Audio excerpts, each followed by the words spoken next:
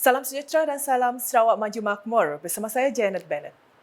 Fokus berita, Kerajaan Sarawak akan memperuntuk RM1 juta setahun kepada Yayasan Hornbill bagi pelaksanaan pembelajaran sains, teknologi, kejuruteraan dan matematik STEM di 9 sekolah menengah di Baram. Menurut Premier Sarawak, Datuk Petinggi Tan Sri Dr. Abang Abdul Rahman Zuari, Tun Datuk Abang Openg, ia bagi membantu usaha yayasan yang ditubuhkan oleh bekas Ketua Pegawai Eksekutif CEO COMEC, Datuk Tan Tian Ho itu dalam melaksanakan program tuition berasaskan penggunaan komputer atau Computer Aided Tuition yang memanfaatkan platform Khan Academic. Jelasnya, komuniti perniagaan akan menyumbang kepada Yayasan Hornbill untuk melaksanakan inisiatif demikian. But for the basic budget of this special project, where we are going to adopt all the nine secondary school in Baram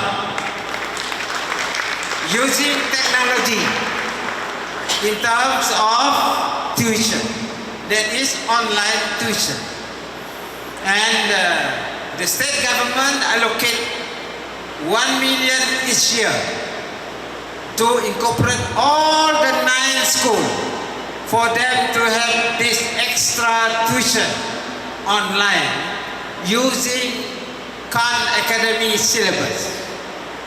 Beliau berucap demikian dalam Majlis Pecah Tanah Hotel Marudi di Dewan Suara Marudi pada Sabtu. Menerusi platform Khan Academy, pelajar dapat menjalani kurikulum berdasarkan keupayaan masing-masing berkaitan sains, matematik dan bahasa Inggeris yang diperakui oleh lembaga kolej ISA. Difahamkan pula, Yayasan Hornbill akan melaksanakan pelan induk untuk mengguna pakai versi Khan Academy yang telah dipertingkat di mana ia memanfaatkan pembelajaran jarak jauh serta capaian internet menerusi satelit Starlink. Dalam pada itu, Datuk Petinggi Tan Sri Abang Zuhari berkata, projek perintis di 9 sekolah terbabit akan dijalankan selama 5 tahun di mana hasilnya akan diteliti sebelum mengembangkan projek tersebut ke kawasan lain. Sementara itu, Premier Sarawak memberitahu pembangunan sebuah hotel bertaraf 3 bintang bakal memacukan pembangunan sektor pelancongan Marudi. Katanya hotel yang dibangunkan di bawah Perbadanan Pembangunan Ekonomi Sarawak SEDC ini akan lebih memfokuskan kepada mempermudah serta menyediakan kediaman yang selesa untuk pengunjung tempatan dan juga pelancong di Pekan Marudi. Jelasnya langkah tersebut sesuai dengan potensi pelancongan Marudi khasnya dan Baram amnya yang berlainan dengan destinasi lain, memandangkan kawasan tersebut memiliki kehijauan yang tidak ditemui di negara lain. Selain itu, ujarnya terdapat juga budaya yang amat menarik, khususnya budaya orang Ulu termasuk makanan tempatan. You just imagine, kalau semuanya pergi ke Miri, Miri is just like any other city. Sibu the same, Kuching also the same. Tapi kalau pergi ke Marudi, lain. Sungai dah besar. Dan seterusnya, kehijauan, the green area is something different. Maybe if we protect, we preserve this environment. In the morning you can hear birds singing, which you can't find in a city. And that the habitat itself already an attraction. Premier Sarawak menambah, setelah Hotel Marudi dibangunkan nanti, aktiviti promosi harus tertumpu kepada produk pelancongan tertentu yang menjadi tarikan buat daerah tersebut. Sehubungan itu, katanya strategi seterusnya adalah untuk terus membangunkan infrastruktur asas termasuk jalan raya dan bekalan utiliti di Marudi. Laporan seterusnya, keistimewaan Sarawak menjadi satu-satunya negeri yang mengamalkan konsep ta'ayush atau hidup bersama secara harmoni dan bersahaja merupakan satu contoh positif bagi negara-negara dan komuniti di seluruh dunia. Timbalan Premier Sarawak, Datuk Amar Wan Tengah Ali Hassan berkata, Sarawak telah membuktikan bahawa keharmonian adalah sesuatu yang boleh dicapai walaupun terdapat kepelbagaian budaya dan agama. Menurutnya, semangat saling menghormati dan menghargai perbezaan adalah nilai utama yang membantu dalam mengekalkan keharmonian ini. Sarawak yang didiami oleh berbagai kaum, agama berbeza-beza, budaya berbeza-beza, latar belakang berbeza-beza. Namun dalam kepelbagaian kita dapat hidup bersatu padu, hormat menghormati antara satu dengan yang lain. Ini adalah penting untuk kita terus pertahankan. Kerana inilah yang menjadi tunggak untuk kita terus menikmati kestabilan. Beliau berkata demikian semasa berucap di majlis sambutan Maulidur Rasul peringkat daerah Lawas bertempat di Padang Dataran Lawas baru-baru ini. Dalam pada itu, Dato' Amar Awang Tengah yang juga ahli Dewan Undangan Negeri Adun Bukit Sari memberitahu sambutan Maulidur Rasul Negeri Sarawak pada tahun ini bertemakan Sarawak Makmur, Ummah Sejahtera, mencerminkan kesungguhan dan keinginan Sarawak untuk terus berusaha mencapai kesejahteraan dan keharmonian dalam masyarakat. Katanya ia adalah seruan kepada generasi muda untuk berperanan aktif dalam memastikan kemakmuran dan kestabilan ini dikekalkan dan diwariskan kepada generasi akan datang. Beberapa kategori pertandingan sepanduk dan perarakan telah diadakan untuk memeriahkan majlis berkenaan. Selain itu, pengiktirafan sebagai tokoh Maulidur Rasul 2023 juga diberikan kepada Draham Drahman, manakala tokoh Maulidur Rasul wanita diberikan kepada Siti Nurshaza Syafiqah Abdullah. Sementara itu, Timbalan Premier Sarawak, Datuk Seri Profesor Dr. Sim Koo Hian telah hadir bagi memeriahkan majlis penutupan perayaan pertengahan musim luruh yang disambut di Batu Kawah Kuching pada Sabtu. Perayaan tersebut disambut meriah dengan kehadiran ribuan penduduk sekitar yang datang bagi menyaksikan perarakan Langteng yang diketuai oleh Datuk Seri Dr. Sim. Selain perarakan, perayaan tersebut juga dimeriahkan dengan pelbagai gerai jualan serta tarian singa bagi menyambut kedatangan beliau serta mengiringi perarakan Langteng. Dalam kesempatan tersebut, Datuk Seri Dr. Sim yang juga Adun Batu Kawah berkesempatan menyentuni para penjajah serta masyarakat yang hadir pada malam itu.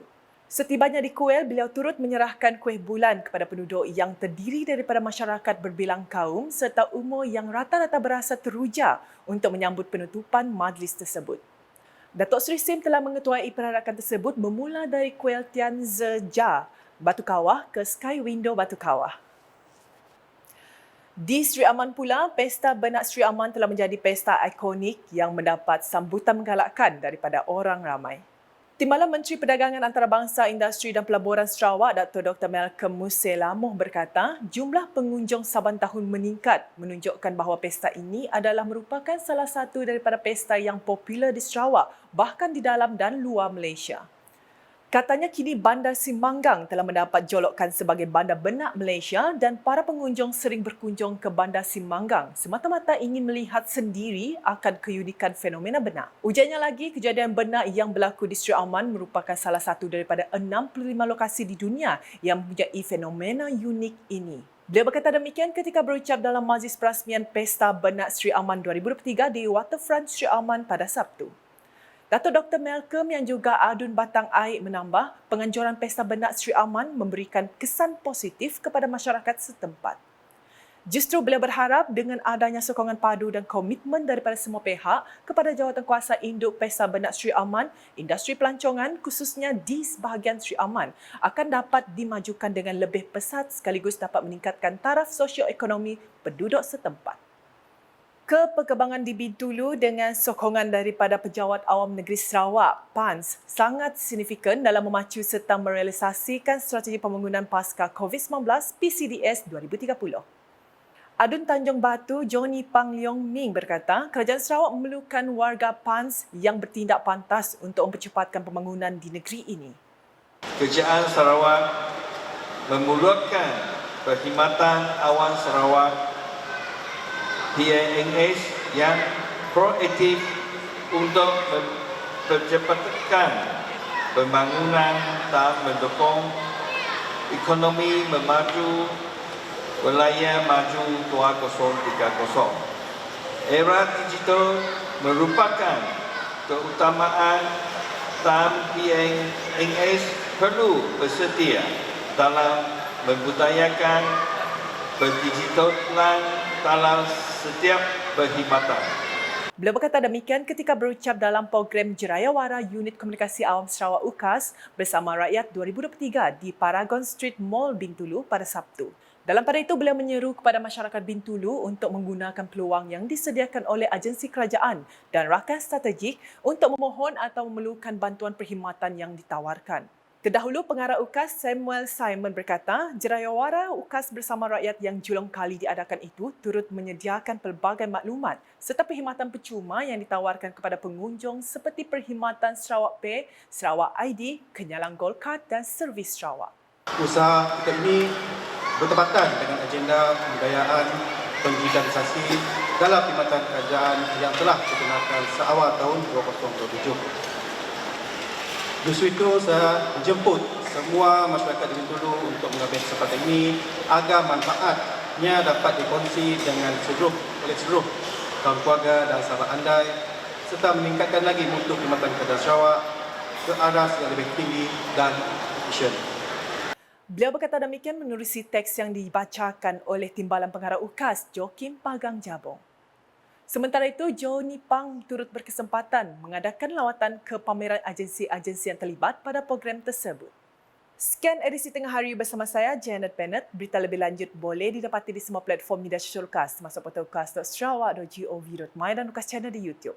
Sebelum mengakhiri buletin edisi Tengah Hari ini, kami tinggalkan anda dengan sorotan Majlis Pecatanah Hotel Marudi yang disempurnakan oleh Premier Sarawak di Dewan Suara Marudi pada Sabtu. #Saluran Informasi Rakyat, Salam UKAS.